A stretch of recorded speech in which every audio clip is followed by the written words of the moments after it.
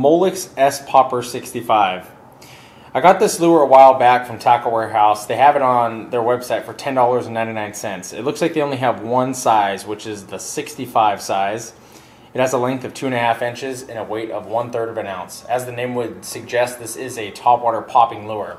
The first thing that you're going to notice about this lure is its shape. At least the first thing that I notice about it is its shape.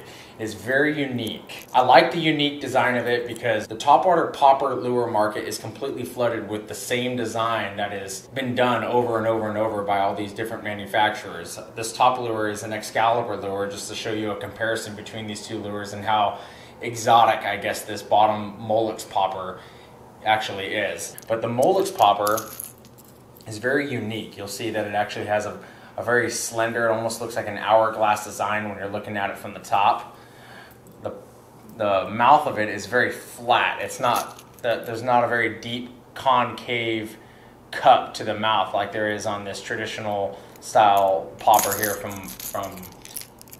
Excalibur. Another thing that you'll notice about this popper is the hooks that it came with. The hooks don't seem to be plated with anything. They're just kind of like a bare hook. Now, they're not rusting or anything like that, so they obviously have something on the hook. They definitely aren't something that I prefer in my hooks, but they do seem to be stout, and they're kind of like a EWG style hook as opposed to a round bend. The finishes on these lures are really nice. Both of the lures that I chose were both holographic finishes. This one actually has a scale pattern on the top of it. It's really quite hard to see because it's a high contrast area, but it says Molix S Popper 65 there. A lot of attention to detail in this lure. The eyes are three-dimensional holographic, and they're a different design than probably what you're used to seeing in most poppers in its class. The lure is silent, which in my opinion is a mistake. Casting distance with this lure left something to be desired. It weighs 1/3 of an ounce. At least Tackle Warehouse says that it weighs 1/3 of an ounce. I would say it weighs a little bit closer to 3/8 of an ounce. The lure doesn't cast like a normal 3/8 ounce lure. I would say that it just isn't, it doesn't have that aerodynamic feature to it where it just glides through the air and gets a tremendous amount of distance. In my opinion, the casting distance definitely left something to be desired. There are topwater lures that sit almost completely vertical, and then there are topwater lures that sit almost completely flat. This one's kind of just sitting kind of canted. The water level's going about right here. How this lure performed on the water was interesting to me. After using lures that are this more traditional shape, I expected it to perform and behave the same way. If you expect this lure to behave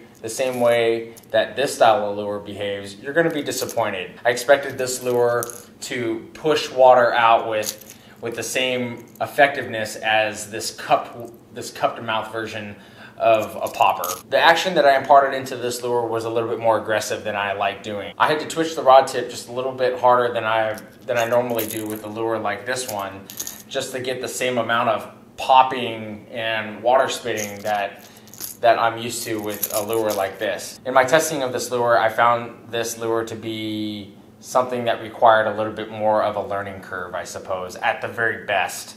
At the very best, a learning curve. At the very worst, it just didn't perform the way that I expected it to. The first color I'm showing you is called MX Hollow Shad. MX Hollow Shad has a black and silver scale pattern on the top. You see the side of it, it has a really nice holographic finish with some blue and gold accents near the eye. I've already mentioned that the eye is a three-dimensional holographic eye.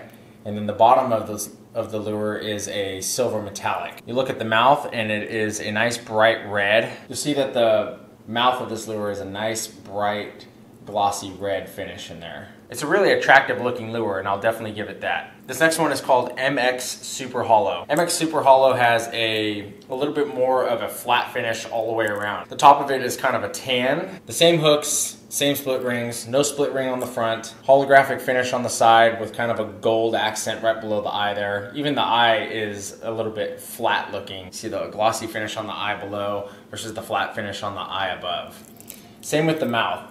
The mouth on the lure below is a little bit more glossy than the one on the lure above where it's flat. So they definitely have some really attractive looking colors in their lineup. I would ask you to give it a shot at the very least. It is reasonably priced. It's a little bit more expensive than some of the cheaper poppers that are out there that you can find, like a Rebel Popper or something like that at $10.99.